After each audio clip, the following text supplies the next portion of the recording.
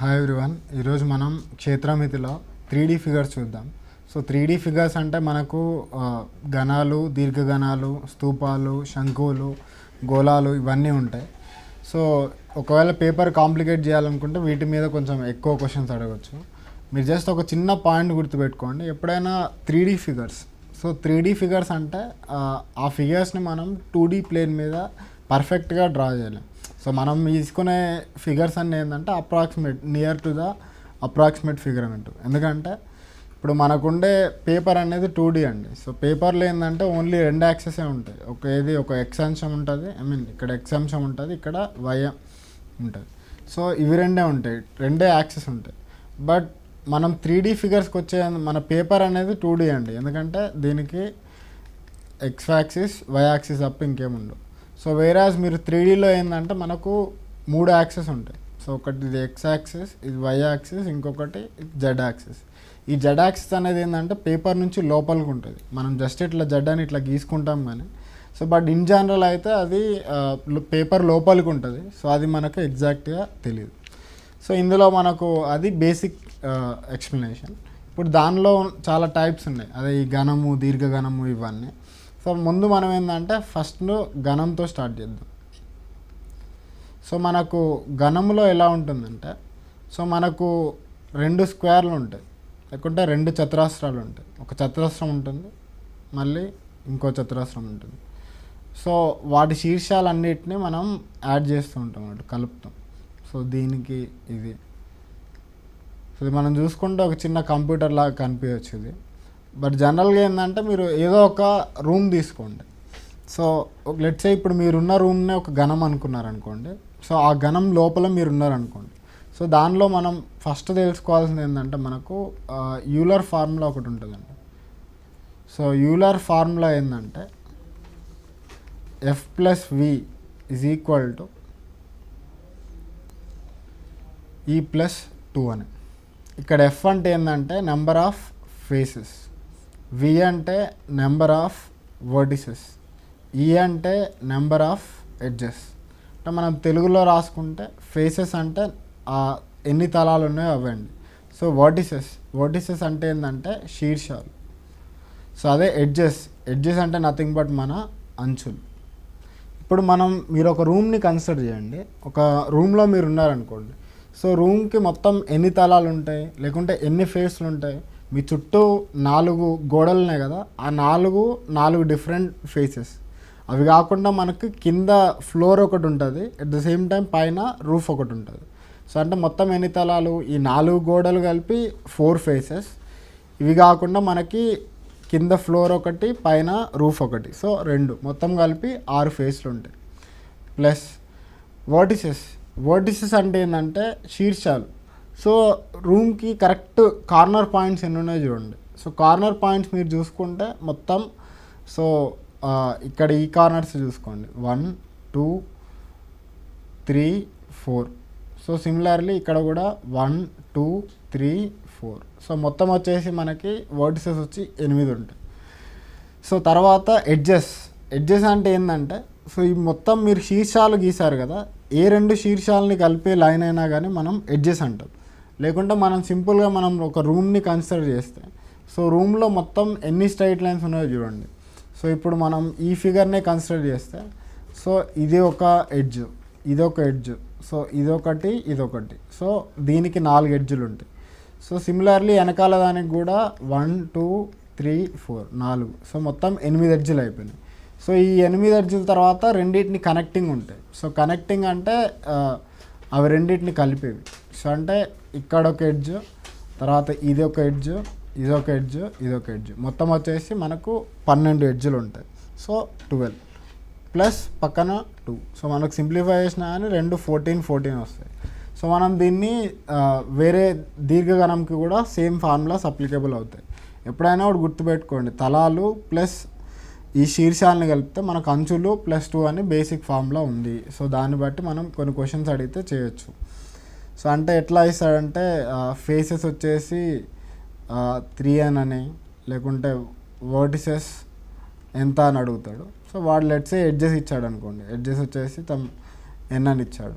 So అప్పుడు vertices ఎంత అంటే ఏం చేస్తారు, F plus V is equal to E plus 2. So F అంటే ఫేసెస్ 3n ప్లస్ వర్టిసెస్ తెలియదు, సో ఎడ్జెస్ వచ్చేసి n ప్లస్ 2. సో ఇందులో నుంచి వి ఈజ్ ఈక్వల్ టు ఏమొస్తుంది, n minus 2, I mean 2n minus 2 or 2 common తీస్తే n minus 1. So అట్లా just for formulaic బేస్లో అయితే ఇలా మనకి క్వశ్చన్స్ వచ్చే స్కోప్ ఉందన్నట్టు సింపుల్గా. సో అదేంటంటే అది ఫేస్ల గురించి ప్లస్ ఎడ్జ్ల గురించి, అదే తలాలు మరియు శీర్షాల గురించి. సో దీనిలో మనకు డిఫరెంట్ ఫార్ములాస్ ఉంటాయి. ఐ మీన్ వైశాల్యానికి అదే పక్కతల వైశాల్యం, సంపూర్ణతల వైశాల్యం మరియు దీర్ఘ పరిమాణానికి మనకు కొన్ని ఫార్ములాస్ ఉంటాయి. అవేందో మనం రాసుకుందాం. మీరు ఇవన్నీ ఏంటంటే ఇప్పుడు మీరు చూసే ఘనం కానీ ఈ దీర్ఘఘనం కానీ ఈ రెండు ఏదైతే ఉన్నాయో, సో ధనం దీర్ఘఘనం మీరు ఇంకా ఈ స్తూపం, ఈ మూడు ఏంటంటే ఒక పట్టకం నుంచి వస్తాయి అన్నట్టు. పట్టకం అంటే నథింగ్ బట్ ఒక ప్రిజం అని.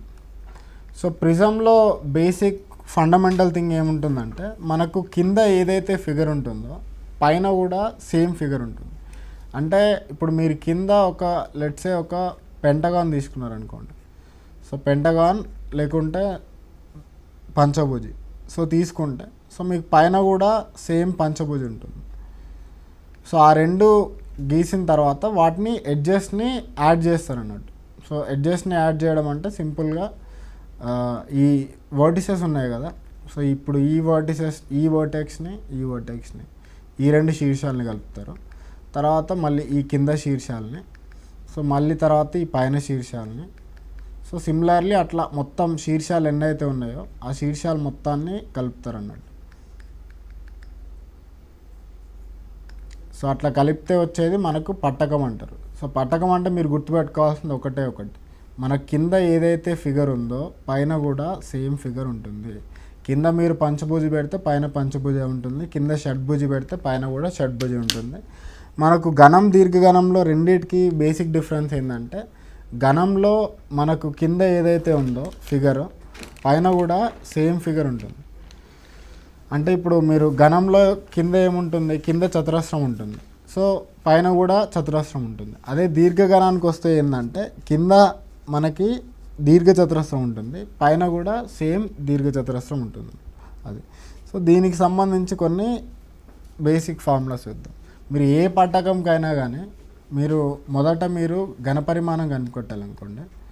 సో ఆ ఘనపరిమాణం వచ్చేసి దానికి ఘనపరిమాణానికి ఫార్ములా ఏంటంటే ఆ భూమి వైశాల్యం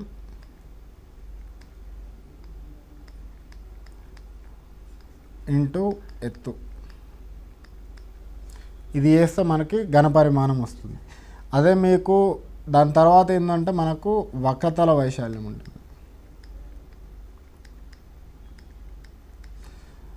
సో వక్రతల వైశాల్యం అంటే అది సింపుల్గా వచ్చేసి ఏముంటుందంటే భూమి చుట్టుకొలత ఇంటూ ఎత్తు ఉంటుంది, ఇది వక్రతల వైశాల్యం. అదే మీకు సంపూర్ణతల వైశాల్యం కావాలంటే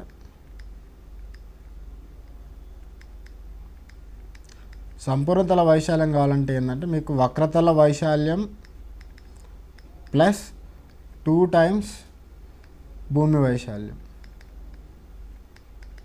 ఇది చేస్తే మనకి సంపూర్ణతల వైశాల్యం వస్తుంది. ఇవి మూడు ఏంటంటే బేసిక్ ఫార్ములాస్. మీరు ఏ పట్టకం చూసుకున్నా కానీ మీకు ఉండే ఫార్ములాలు ఇవే ఉంటాయి. సో మీరు ఎలాంటి పట్టకం చూసుకున్నా అది కింద బేస్ ఏదున్నా పైన ఏదున్నా కానీ సో ఇవి గుర్తుపెట్టుకోండి. ఘనపరిమాణం అంటే భూమి వైశాల్యం ఇంటూ ఎత్తు, వక్రతల వైశాల్యం అంటే భూమి చుట్టుకొలత ఇంటూ ఎత్తు, సంపూర్ణతల వైశాల్యం అంటే వక్రతల వైశాల్యం ప్లస్ 2 టైమ్స్ భూ వైశాల్యం అన్నట్టు. సో ఇప్పుడు మన ఈ ఘనాలకు దీర్ఘఘనాలకు ఇవి ఎట్లా అప్లికబుల్ అవుతాయో చూద్దాం. ఇప్పుడు మొదట మనం ఘనం గురించి చూద్దాం, దాని పక్కనే మనం కావాలంటే దీర్ఘఘనం కూడా చూడొచ్చు. సో మనం ఇప్పుడు మొదటగా చూసుకుంటే ఫస్ట్ ఫార్ములా ఏంటిది, ఘనపరిమాణం. ఘనపరిమాణానికి ఇప్పుడే ఏం రాసాం మనం ఫార్ములా, భూవైశాల్యం ఇంటూ ఎత్తు. ఓకే, దీర్ఘఘనం మనం నెక్స్ట్ పేజ్లో వేద్దాం. ఇప్పుడు ఘనం చూసుకుంటే, ఇప్పుడు అంటే మనకి ఘనం అంటే ఏముంటుంది, కింద మనకి ఒక స్క్వేర్ ఉంటుంది, చతురస్రం ఉంటుంది, మనకు పైన కూడా సేమ్ చతురస్రం ఉంటుంది. సో కింద పైన సేమ్ చతురస్రం ఉంటే దాన్ని ఘనం అంటారు. సో జస్ట్ ఇన్ కేస్ ఇట్లా ఎగ్జాంపుల్ తీసుకుంటే,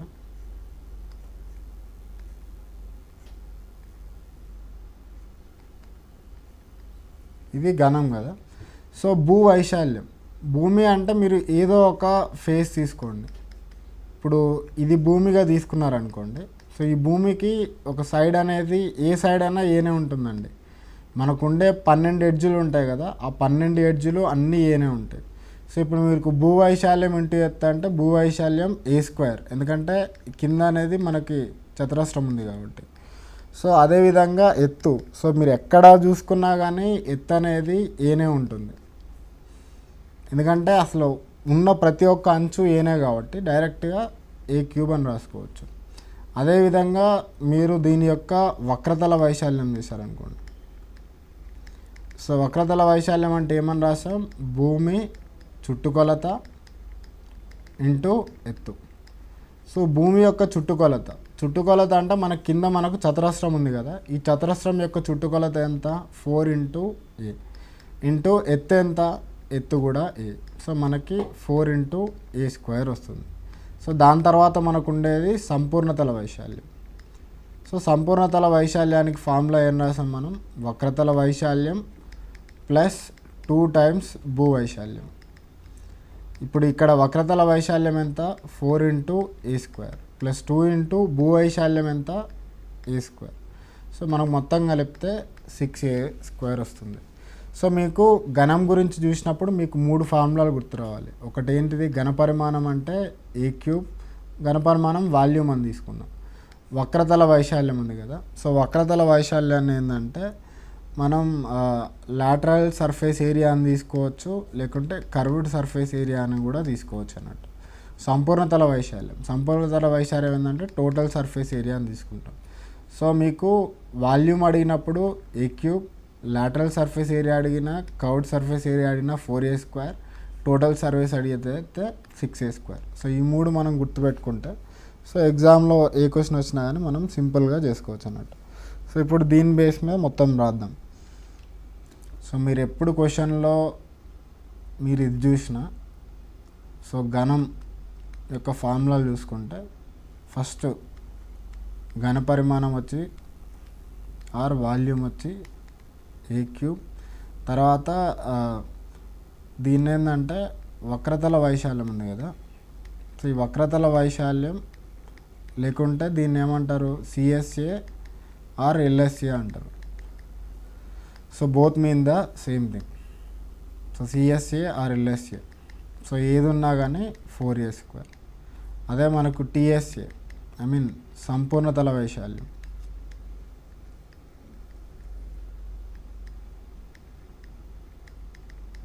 A². సో ఇక్కడ ఏంటంటే SA అంటే గుర్తుపెట్టుకోండి సర్ఫేస్ ఏరియా, L అంటే లాటరల్, C అంటే కర్వ్డ్, T అంటే టోటల్. సో ఇంకొకటి ఏం అడుగుతాడంటే, సో కొన్ని ప్రశ్నల్లో మనకి వేరే కూడా అడుగుతుంటాడు. ఈ నిష్పత్తుల గురించి, అంటే ఈ 2 అంచులు ఈ నిష్పత్తిలో ఉన్నాయి, సో వాటి యొక్క ఘనపరిమాణం ఏ నిష్పత్తిలో ఉంటుంది, ఇలాంటివి కూడా మనకు ప్రశ్నలు ఉంటాయి. సో మనం ప్రశ్న ప్రకారం మనం వెళ్దాం. ఇప్పుడు ఫస్ట్ క్వశ్చన్, దీని తర్వాత దీర్ఘఘనం కూడా చూద్దాం, తర్వాత 2 కలిపి ఒకేసారి డిస్కస్ చేయొచ్చు. నెక్స్ట్ దీర్ఘఘనం, దీని ఇంగ్లీష్లో అయితే క్యూబాయిడ్ అంటారు. మీరు ఘనం అయితే ఎప్పుడైతే రాశారో, సో ఘనాన్ని ఏంటంటే జనరల్గా క్యూబ్ అంటారు.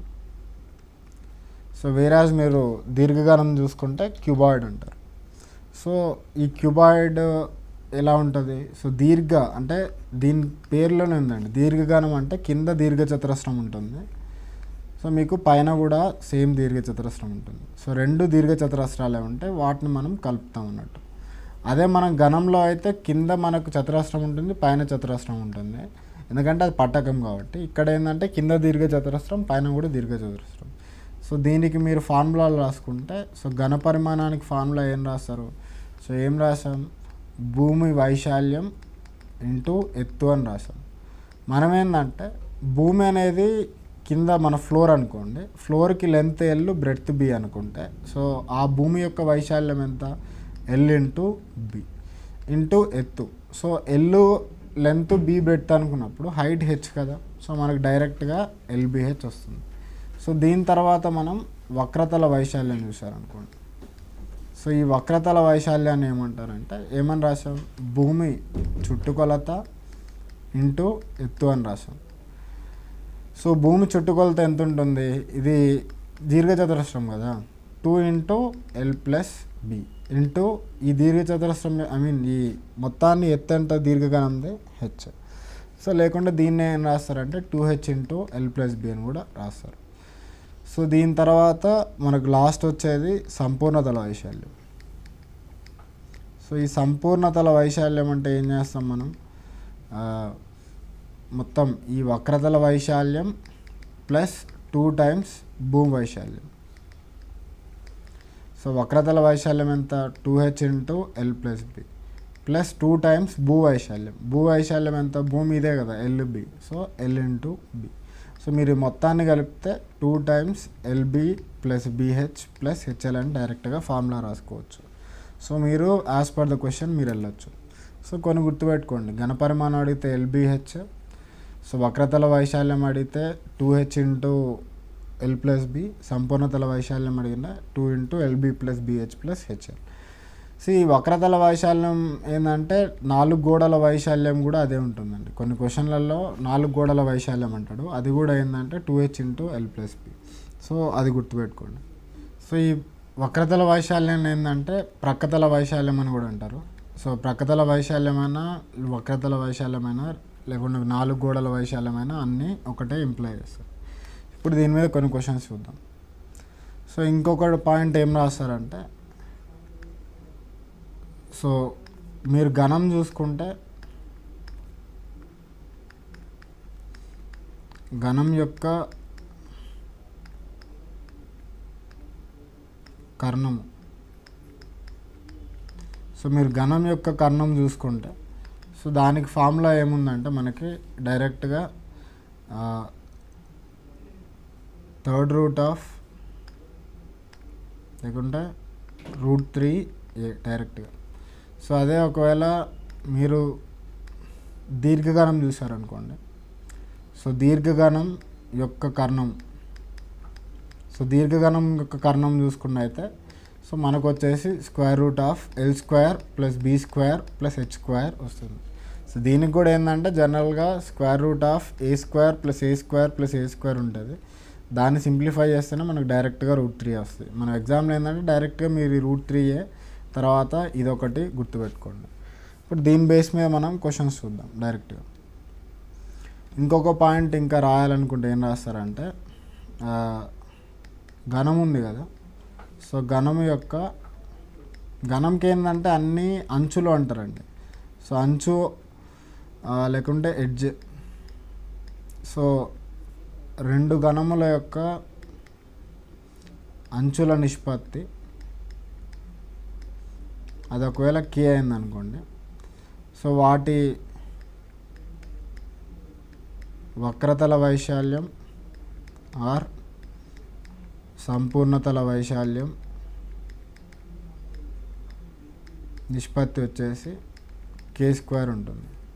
అదేవిధంగా ఘనపరిమాణాల నిష్పత్తి చూసారనుకోండి, సో ఘనపరిమాణాల నిష్పత్తి చూస్తే డైరెక్ట్గా k³ ఉంటుంది.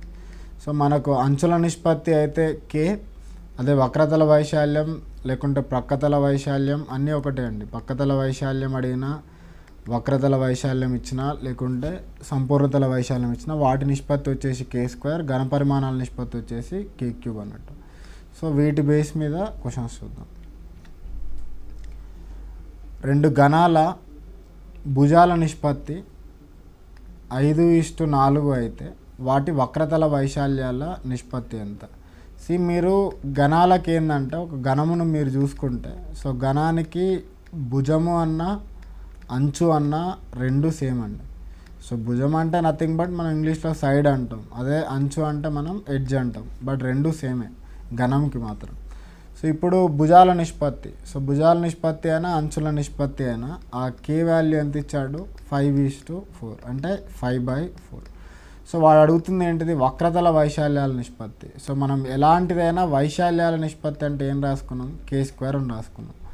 సో అదే ఒకవేళ ఘనపరిమాణాల నిష్పత్తి అడిగితే k³ అని రాసుకున్నాం. సో వాడు అడిగేది వక్రతల వైశాల్యాల నిష్పత్తి k² చేస్తే మనకు 25/16 వస్తుంది, ఎందుకంటే k 5/4 కదా, దాని స్క్వేర్ చేస్తే 25/16 డైరెక్ట్గా వస్తుంది, అంటే ఆప్షన్ సి.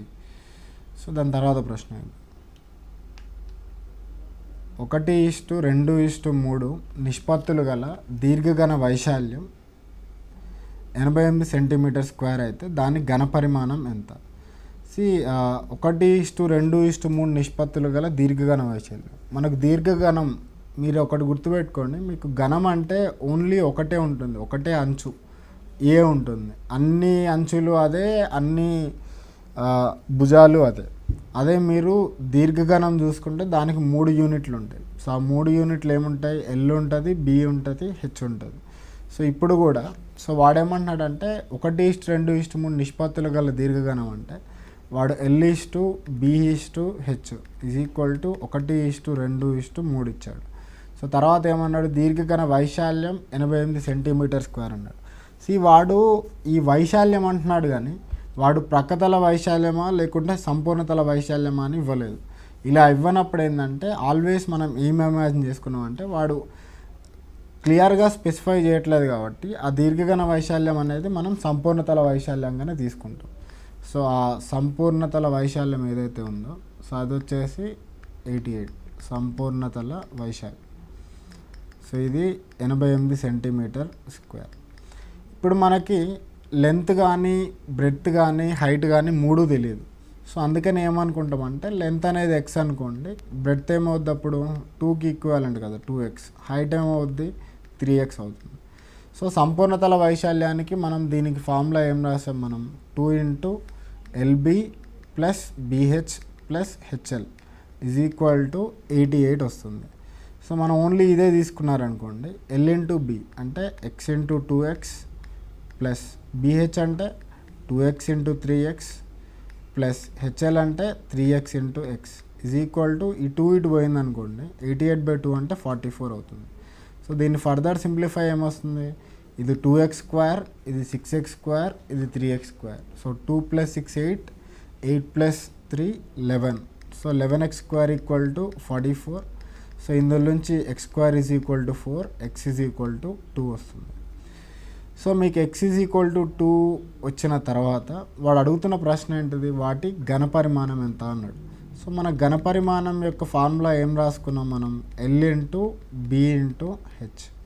ఇప్పుడు మీరు x = 2 కాబట్టి L ఎంత వస్తుంది, x అంటే 2, 2x అంటే 4, 3x అంటే 6. సో అన్ని యూనిట్లన్నీ సెంటీమీటర్లలో ఉన్నాయి కాబట్టి ఇది కూడా అన్ని సెంటీమీటర్లలో ఉంటుంది, ఇది కూడా సెంటీమీటర్లు, ఇది కూడా సెంటీమీటర్లు.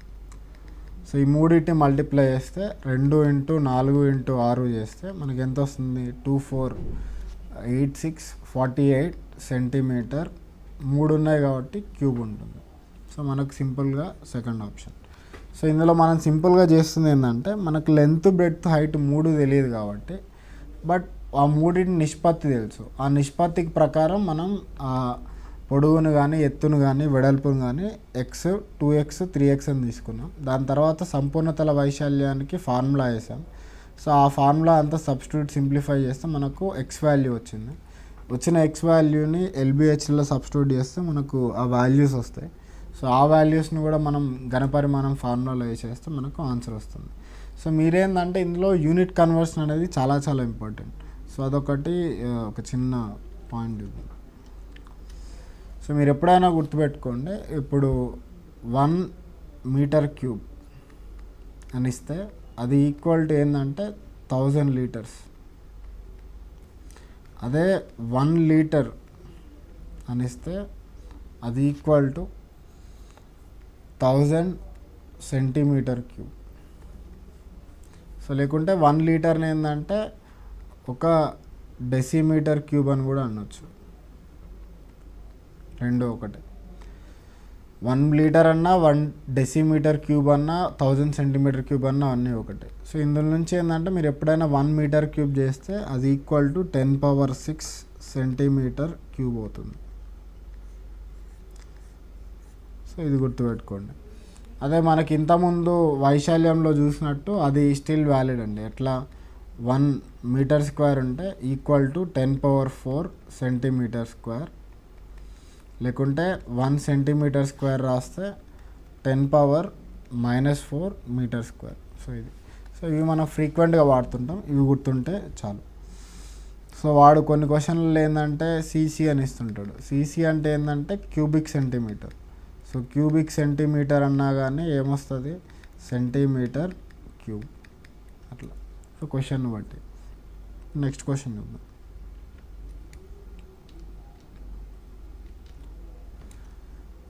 So 10 centimetre by 8 centimetre by 6 centimetre కొలతలు గల దీర్ఘచతురస్రాకారపు పెట్టెలో గల పెన్సిల్ యొక్క గరిష్ట పొడవు. మనకు దీర్ఘచతురస్రాకారపు పెట్టెలో గల గరిష్ట పెన్సిల్ యొక్క గరిష్ట పొడవు ఇదేంటంటే ఇదైనా అంటే దీర్ఘచతురస్ర పెట్టెలో కానీ లేకుంటే చతురస్ర పెట్టెలో కానీ పెట్టే పెన్సిల్ యొక్క గరిష్ట పొడవు అంటే అది వచ్చేసి వాటి కర్ణం అవుతుందండి. అది దీర్ఘఘనం కానివ్వండి ఘనం కానివ్వండి వాటి కర్ణం అవుతుంది. సో ఇప్పుడు ఆ దీర్ఘఘన కర్ణం ఎంతనో మనం ఫైండ్ అవుట్ చేస్తే చాలు మన ఆన్సర్ వస్తుంది. సో దీర్ఘఘనం యొక్క కర్ణానికి ఫార్ములా ఏం రాసాం మనం, √L² + B² + H². సో అంటే నథింగ్ బట్ మనకేమొస్తుంది 10² + 8² + 6². అంటే ఇది 100, ఇది 64, 36 మొత్తం యాడ్ చేస్తే √200 వస్తుంది. సో 200 ఏమని రాయొచ్చు, 2 × 100 రాయొచ్చు. సో √100 అంటే 10 బయటకు వస్తుంది. సో 10√2 సెంటీమీటర్ అనేది మన ఆన్సర్ అవుతుంది.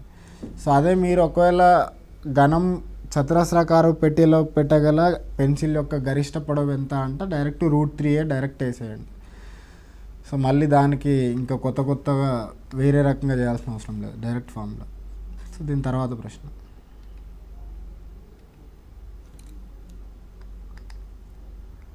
ఒక దీర్ఘఘనం పొడవు వెడల్పు మరియు ఎత్తుల మొత్తం 17 సెంటీమీటర్లు, దాని కర్ణం 4√4 సెంటీమీటర్ అయితే దాని సంపూర్ణతల వైశాల్యం ఎంత? పొడవు వెడల్పు మరియు ఎత్తుల మొత్తం అది వచ్చేసి 17 సెంటీమీటర్లు అన్నాడు. సో పొడవు వెడల్పు ఎత్తు 3 తెలియదు కాబట్టి LBH అనుకుందాం. సో వాటి మొత్తం 17 అని ఇచ్చాడు. తర్వాత దాని కర్ణం అన్నాడు. కర్ణం అంటే ఎంత, √L² + B² + H². అదెంత ఇచ్చాడు, 4√4 ఇచ్చాడు. దాని తర్వాత దాని సంపూర్ణతల వైశాల్యం అంటే మనకేం కావాలి, సో అది ఇక్కడ రాద్దాం. సంపూర్ణతల వైశాల్యం అంటే వాడిచ్చిన డేటా రాయండి, తర్వాత వాడు అడిగిన క్వశ్చన్ బట్టి రిక్వైర్మెంట్ చేయండి. ఇప్పుడు సంపూర్ణతల వైశాల్యం అంటే 2 × LB + BH + HL. సో మనం ఈ వాల్యూని మనం ఫైండ్ అవుట్ చేయాలి. సో అంటే మనం ఇండివిజువల్గా LBH చేసైనా చేయొచ్చు. బట్ ఇక్కడ ఏంటంటే మనకి LBH చేయాలంటే మనకి ఇక్కడ 2 సమీకరణాలు. సో 2 సమీకరణాలు మరియు 3 వేరియబుల్స్ ఉన్నప్పుడు సాల్వ్ చేయడం కష్టం. మీకు 2 ఈక్వేషన్స్ ఉంటే 2 వేరియబుల్స్ ఉంటే సాల్వ్ చేయొచ్చు. బట్ ఇక్కడ ఏంది 3 వేరియబుల్స్ ఉన్నాయి, బట్ 2 ఈక్వేషన్స్ ఉన్నాయి కాబట్టి సాల్వ్ చేయడం కష్టం. ఇప్పుడు అంటే సింపుల్గా ఏం చేయాలంటే మనకి ఈ ఎక్స్ప్రెషన్కి ఆన్సర్ తెలిస్తే సరిపోతుంది. అప్పుడు ఏం చేస్తారు, ఇప్పుడు మొదట దీన్ని స్క్వేర్ చేయండి. సో స్క్వేర్ చేస్తే ఏమొస్తుంది, L² + B² + H² = 4√4² అంటే ఎంత, 16 × 4 64 వస్తుంది. దాని తర్వాత ఇక్కడ L + B + H ఉంది కదా, దాన్ని కూడా ఇక్కడ L + B + H ఇక్కడ దాని స్క్వేర్లు ఉన్నాయి కాబట్టి దీన్ని సింపుల్గా 2 వైపులా స్క్వేర్ చేయండి. అప్పుడు ఏమొస్తుంది, L² + B² + H² + 2 × LB + BH + HL = 17² ఉంటుంది. సో మనకు L² + B² + H² ఆల్రెడీ తెలుసు 64 ప్లస్ సో ఇది మొత్తం నథింగ్ బట్ ఏంటి, మనకు సంపూర్ణ తల వైశాల్యం ఈజ్ ఈక్వల్ టు 17 స్క్వేర్ అంటే 289.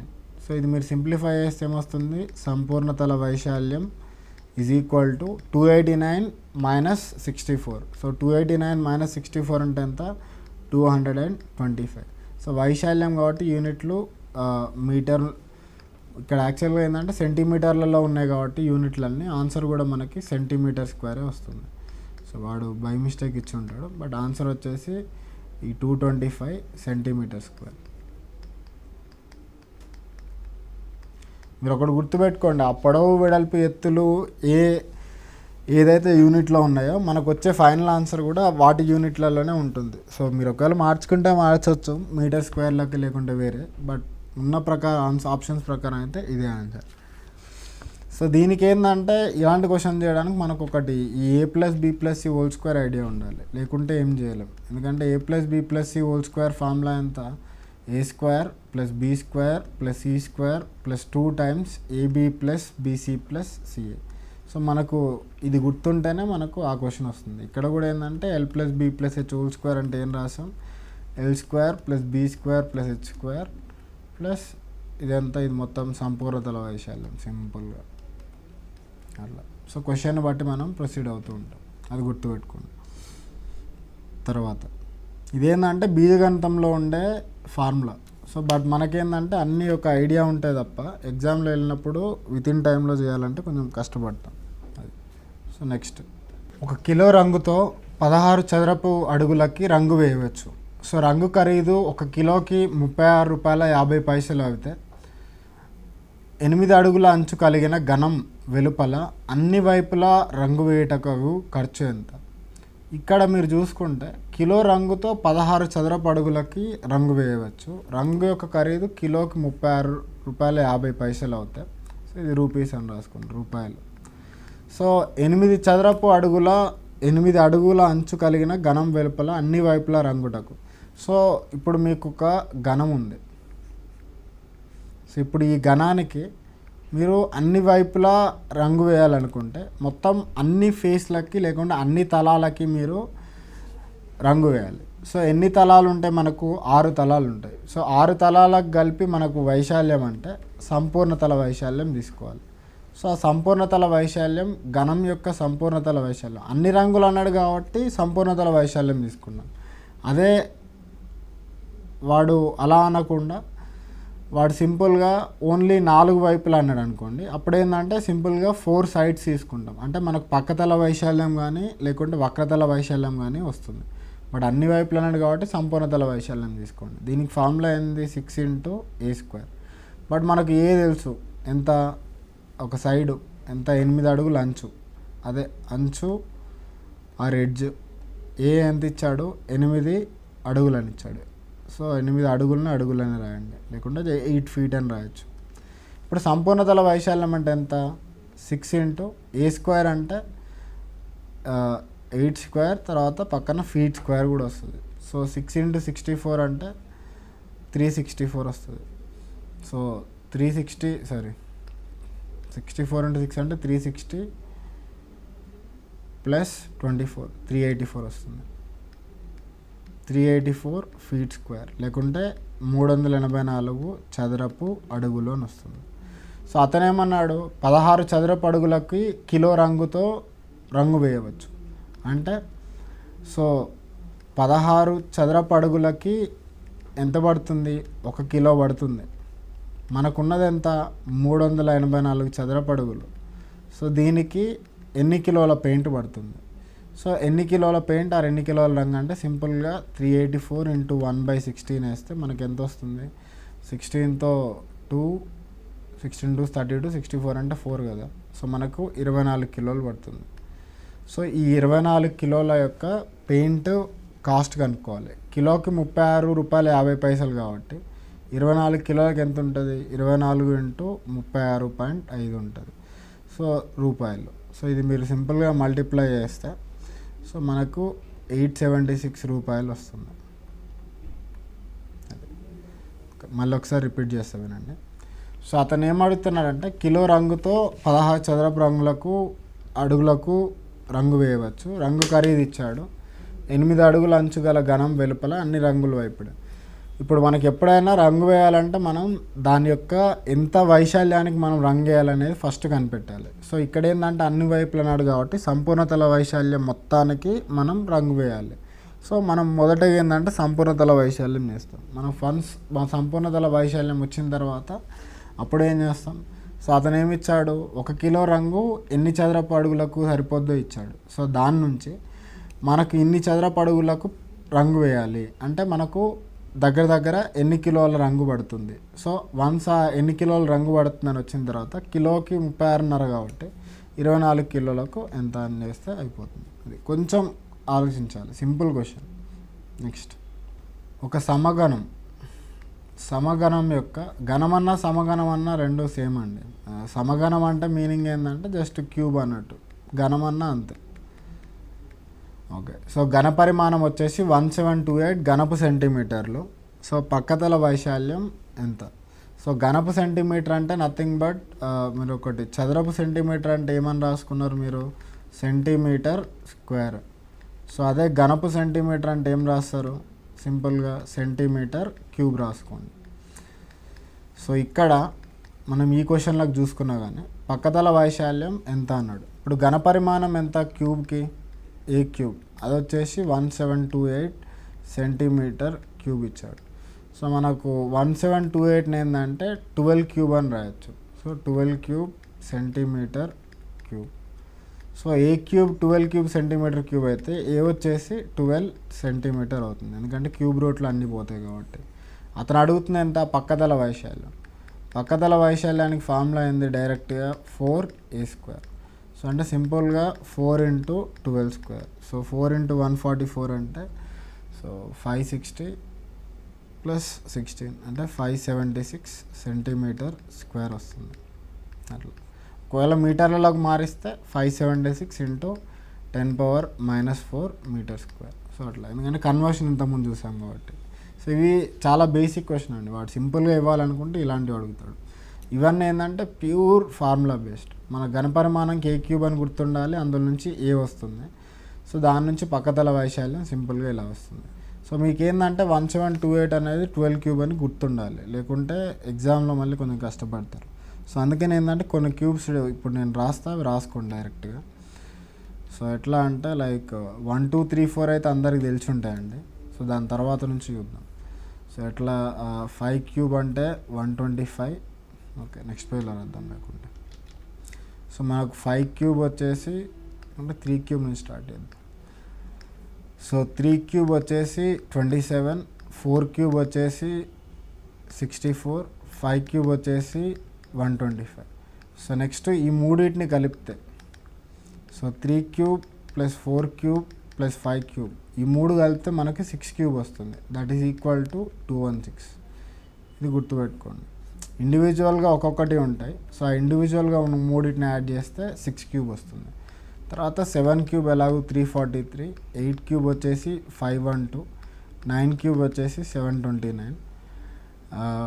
దాని తర్వాత 10 క్యూబ్ అందరికీ తెలిసిందే అండి, 1000. తర్వాత 11 క్యూబ్ వచ్చేసి 1331, 12 క్యూబ్ వచ్చేసి 1728, 13 క్యూబ్ వచ్చేసి 2197.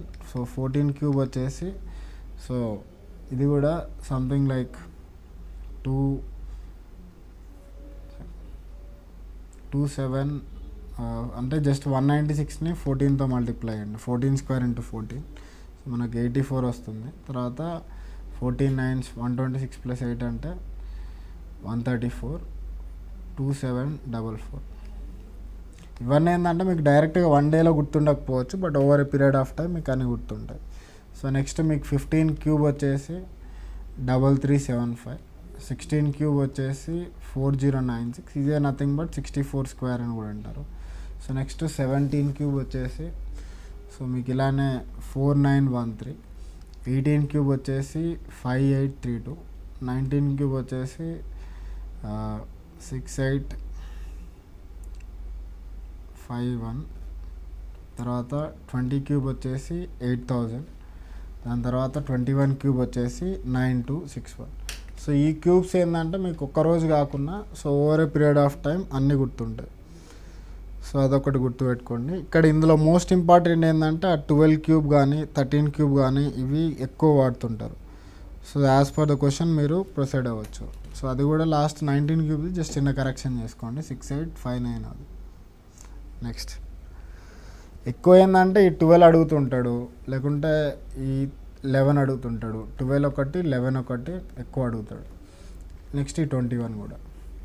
సో ఇంకో పాయింట్ ఏంటంటే ఇక్కడ ఇది రాశారు కదా, దీనిలాగానే మీరు వాటి మల్టిపుల్స్ కూడా రాసుకోవచ్చు. ఇక్కడ 3, 4, 5 చూసుకుంటే అవి ట్రిప్లెట్, వాటి మల్టిపుల్స్ ఏముంటాయి 6, 8, 10. సో ఆ మూడింటిని యాడ్ చేసినా కానీ మనకు 12 క్యూబ్ వస్తుంది. సో ఇది కూడా గుర్తుపెట్టుకోవచ్చు మీరు అట్లా. సో క్వశ్చన్ బట్టి మనం ఇట్లాంటివి చాలా రాసుకోవచ్చు. ఎక్కడెక్కడ యూజ్ అవుతుందో నేను చెప్తా తర్వాత. నెక్స్ట్ ఒక సమగణం యొక్క సంపూర్ణతల వైశాల్యం 384 సెంటీమీటర్ స్క్వేర్, దాని ఘనపరిమాణం ఎంత? సమగణం యొక్క సంపూర్ణతల వైశాల్యానికి ఫార్ములా ఏంటిది? సో సమగణం అన్న గణం అన్న ఒకటే అని చెప్పా. సో సంపూర్ణతల వైశాల్యం వచ్చేసి 6a². సో 384 ఇచ్చాడు.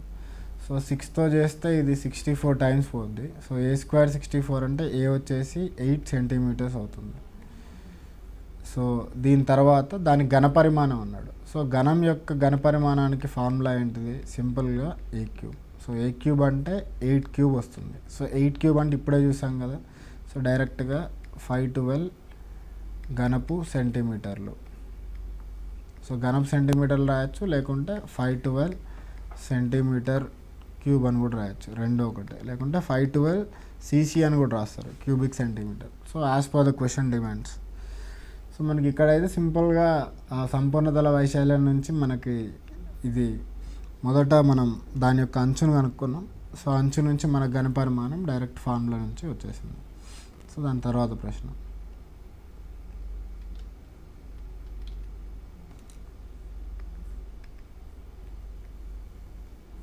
ఒక దీర్ఘఘనం యొక్క మూలం వద్ద ఉన్న 3 తలాల యొక్క వైశాల్యాలు వరుసగా 40, 60, 96 చదరపు సెంటీమీటర్లు అయితే దాని ఘనపరిమాణం ఎంత? ఒక దీర్ఘఘనం. సో మీరు దీన్ని గీసుకోవాల్సిన అవసరం కూడా లేదు, డైరెక్ట్గా చేసేయచ్చు. దీర్ఘఘనం యొక్క సో వాడేమన్నాడు, ఒక మూలం దగ్గర ఉన్న 3 తలాల వైశాల్యాలు వరుసగా ఎంత అన్నాడు? 40, 60, 96. సో దీర్ఘఘనానికంటే మనకు ఉండే డైమెన్షన్స్ ఏముంటాయి? మనకి LBH 3 ఉంటాయి. అంటే ఇది L, ఇది B అనుకుంటే ఇది H అవుతుంది. సో దట్ మనకు రిమైనింగ్ కూడా ఇది L, ఇది B, నెక్స్ట్ ఇది H, ఈ పక్కది B, ఇది H అవుతుంది, ఇది చిన్నది B అవుతుంది. సో ఇప్పుడు జనరల్గా ఏంటంటే ఇలా ఎప్పుడైనా మీకు ఇవి ఉన్నప్పుడు మీరు గుర్తుపెట్టుకోవాల్సిన ఒకటే ఏంటంటే పక్క తలాలు మనకు ఉండేది ఏంటంటే 3 తలాలండి. ఒకటేంటంటే ఒకదానికి రెక్టాంగిల్కి LB ఉంటుంది, ఇంకో దానికి ఏంటంటే BH ఉంటుంది, ఇంకో దానికి ఏంటంటే HL ఉంటుంది. సో వాడు ఆ 3 ఇచ్చాడు. ఏదని? LB వచ్చేసి 40 సెంటీమీటర్ స్క్వేర్ అని రాసుకోండి, BH వచ్చేసి 60 సెంటీమీటర్ స్క్వేర్, నెక్స్ట్ HL వచ్చేసి 96 సెంటీమీటర్ స్క్వేర్. సో వాడు అడుగుతుంది ఏంటి? దాని ఘనపరిమాణం అంటే సింపుల్గా వాడు LBH ఎంత అని అడుగుతున్నాడు. మీరు అబ్జర్వ్ చేస్తే LB ఉంది, BH ఉంది, HL ఉంది. ఈ మూడింటిని మల్టిప్లై చేస్తే ఎంత వస్తుంది? LB into BH into HL, ఈ 3 మల్టిప్లై చేయండి, equal to 40 into 60 into 96. So ఇది వచ్చేసి మనకు L² B² H² వస్తుంది. సో మనకేంటంటే స్క్వేర్లలో ఉంది కాబట్టి ఇక్కడ కూడా స్క్వేర్లలో రాయడానికి ట్రై చేయండి. 4ని అంతే ఉంచండి, ఇంటూ ఇక్కడ ఒక 10 ఉంది, ఇక్కడ ఒక 10 ఉంది, అంటే ఎంత? 100 వస్తుంది. దాని తర్వాత ఇక్కడ ఈ 6 ఉంది కదా, ఈ 6ని ఏమని రాస్తారంటే 2 ఇంటూ 3 రాయండి. నెక్స్ట్ ఈ 96 ఉంది కదా, 96ని ఏమని రాయొచ్చు? 16 ఇంటూ 2 ఇంటూ 3 రాయొచ్చు, 16 ఇంటూ 6 అని. ఇలా రాయడం వల్ల ఏంటంటే ఇది మొత్తం ఎంత? ఇది 400 కదా. సో L² B² H² ఇది ఇందులో నుంచి LBH చేసినప్పుడు దాని స్క్వేర్ రూట్ అవుతుంది.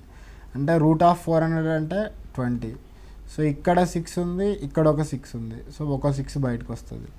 మళ్ళీ 16 ఉంది, 16 అంటే 4 బయటకు వస్తుంది. సో 20 ఇంటూ 6 ఇంటూ 4 అంటే 480 ఘనపు సెంటీమీటర్లు వస్తుంది మన ఆన్సర్ సింపుల్గా. మనం గుర్తుపెట్టుకోవాల్సింది ఏంటంటే ఏదైనా మీరు దీర్ఘఘనం కానీ ఘనం తీసుకుంటే సో మూలం వద్ద ఉన్న 3 తలాలు ఒక వైశాల్యాలు సింపుల్గా LBBH HLఏ ఉంటాయి. సో ఆ మూడింటిని మనం డైరెక్ట్గా మల్టిప్లై చేస్తే మనకు L² B² H² వస్తుంది. అందులో నుంచి LBH సింపుల్గా ఫైండ్ అవుట్ చేయొచ్చు. తర్వాత ఒక గది యొక్క పొడవు 15 మీటర్లు, వెడల్పు 10 మీటర్లు, నేల మరియు పైకప్పు వైశాల్యం మొత్తం దాని 4 గోడల మొత్తానికి సమానం. అయితే ఆ గది యొక్క పక్కతల వైశాల్యం ఎంత? గది యొక్క పొడవు వెడల్పు ఇచ్చాడు. పొడవు అంటే L 15 మీటర్స్, తర్వాత ఏమన్నాడు బ్రెడ్త్ B 10 మీటర్స్, తర్వాత ఏమన్నాడు నేల మరియు పైకప్పుల వైశాల్యాల మొత్తం దాని 4 గోడల వైశాల్యాల మొత్తానికి సమానం. ఇప్పుడు నేల అయినా పైకప్పు అయినా రెండింటి వైశాల్యం సేమ్ ఉంటుందండి, అది గుర్తుపెట్టుకోండి. ఈ 4 గోడలు అంటే ఒక్కొక్క దానిలో ఒక్కొక్కటి ఉంటుంది. బట్ మనకి ఎప్పుడైనా కానీ నేల వైశాల్యం లేకుంటే భూమి వైశాల్యం పైకప్పు వైశాల్యం రెండు ఎప్పుడు సేమ్ ఉంటాయి. సో మనం ఏంటంటే సింపుల్గా ఆ భూమి వైశాల్యం కానీ ఆ పైకప్పు వైశాల్యం కానీ రెండు ఏంటంటే ఈక్వల్ టు LBA ఉంటాయి. అంటే ఎంత 15 × 10. సో 150. ఈ మీటర్ కాబట్టి మీరు m² అని రాసుకోండి. సో వాడేమన్నాడు ఆ నేల మరియు పైకప్పు వైశాల్యం మొత్తం అంట. సో నేల వైశాల్యం 150, ఆ పైకప్పు వైశాల్యం కూడా 150 కాబట్టి రెండు కలిపితే ఎంత వస్తుంది 300 m² ఈజ్ ఈక్వల్ టు దాని 4 గోడల మొత్తానికి సమానం. 4 గోడల వైశాల్యం ఏమని రాసాం 2H × L + B. సో మనకు డైరెక్ట్గా ఆన్సర్ ఎంత వస్తుంది 300 m². దీనికి మళ్ళీ మీరు ఇంకా ఏం చేయాల్సిన అవసరం లేదు. సింపుల్గా అతనే ఇస్తున్నాడు పక్కతల వైశాల్యం ఎంత అంటే అది ఈక్వల్ టు ఆ 4 గోడల వైశాల్యం మొత్తం సమానం అవుతుంది. ఒకవేళ దీనిలో ఇంకొంచెం క్రిటికల్ కావాలనుకుంటే ఏం అడుగుతాడంటే ఓకే ఇది m² అండి, ఇది ఆన్సర్ ఏంటంటే చదరపు సెంటీమీటర్ తీసేయండి, చదరపు మీటర్ ఉంటుంది. ఒకవేళ దీన్ని కొంచెం కాంప్లికేట్ చేయాలనుకుంటే ఏం అడగవచ్చు అంటే అతను హైట్ అడగవచ్చు, ఆ గది యొక్క ఎత్తు ఎంత అని అడగవచ్చు. సో మనకి ఇచ్చిన ప్రశ్నకైతే ఇక్కడే ఆపేయండి. ఒకవేళ దానికి ఎత్తు ఎంత అని అడిగినప్పుడు మాత్రం 300 = 2H × L + B అంటే 15 + 10. సో ఇది మీరు సింప్లిఫై చేస్తే హెచ్ వచ్చేసి 6 మీటర్లు వస్తుంది. అట్లా మ్యాక్సిమం ఒకవేళ అడగాలనుకుంటే అది ఇతను ఒక్కటి ఇది ఒకటి అడగవచ్చు. సో దాని తర్వాత వైశాల్యం అడగవచ్చు, లేకుంటే సంపూర్ణతల వైశాల్యం అడగవచ్చు, అతని ఇష్టం అన్నట్టు. సో తర్వాత ప్రశ్న ఒకవేళ ఇదే దానిలో సంపూర్ణతల వైశాల్యం అడిగితే ఏం చేస్తారు భూమి వైశాల్యం పైకప్పు వైశాల్యం రెండు కలిపి 300 ప్లస్ ఈ పక్కతల వైశాల్యం కూడా 300 మొత్తం కలిపి 600 m² వస్తుంది సంపూర్ణతల వైశాల్యం అయితే. సో 2.5 హెక్టార్ల భూమిపై 8 సెంటీమీటర్ల వర్షం పడితే నీటి యొక్క ఘనపరిమాణం ఎంత? సో ఇక్కడ మీరు చూసుకుంటే 2.5 హెక్టార్ల భూమి అన్నాడు. సో మనకు ఫస్ట్ భూమి వైశాల్యం ఎంత? సో భూమి వైశాల్యం వచ్చేసి 2.5 హెక్టార్లు. సో మన హెక్టార్ అంటే ఏంది సింపుల్గా 10,000 m². సో అంటే ఇంటూ 10,000 m². సో ఇది మొత్తం మల్టిప్లై చేస్తే 2.5 × 10,000తో చేస్తే 25,000 m² వస్తుంది. సో అదేవిధంగా దాని ఎత్తు ఎంత అన్నాడు? సో ఎత్తు వచ్చేసి 3 సెంటీమీటర్లు. సో మనకేందంటే ఆన్సర్ ఘనపు మీటర్లలో ఉంది కాబట్టి దీన్ని కూడా మీటర్లో కన్వర్ట్ చేస్తే ఏమొస్తుంది 3/100 మీటర్. సో అతను అడుగుతుంది ఏంటిది ఘనపరిమాణం. సో ఘనపరిమాణం అడిగినప్పుడు మనం సింపుల్గా ఏం చేస్తాం సో ఆ భూ వైశాల్యం ఇంటూ ఎత్తు. సో అదే ఎందుకంటే ఇది పట్టకం టైప్ అండి. సో పట్టకంలో ఏ టైప్ ఉంటుందో ఇక్కడ కూడా సేమ్ అదే టైప్ వేస్తాం. సో భూమి వైశాల్యం వచ్చేసి 25,000 m² ఇంటూ ఇది 3/100 మీటర్లు. సో ఈ 2 జీరోలు పోతాయి. సో మనకు వచ్చేది 750 m³ వస్తుంది. దాన్ని ఏంటంటే 750 ఘనపు మీటర్లను కూడా అనొచ్చు. సింపుల్ లాజిక్ అండి. ఏదంటే జస్ట్ హెక్టార్ల భూమిపై పడితే దాని యొక్క ఘనపరిమాణం ఎంత అంటున్నాడు సింపుల్. So next